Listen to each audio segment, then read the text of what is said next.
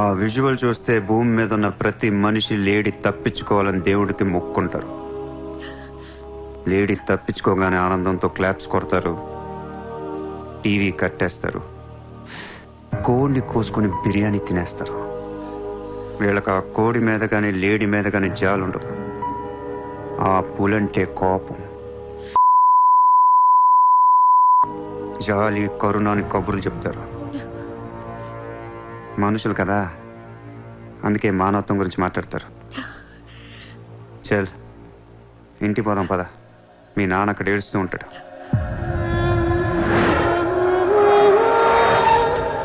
End of the show నేను చెప్పేది ఒకటే, ఐ లవ్ యూ.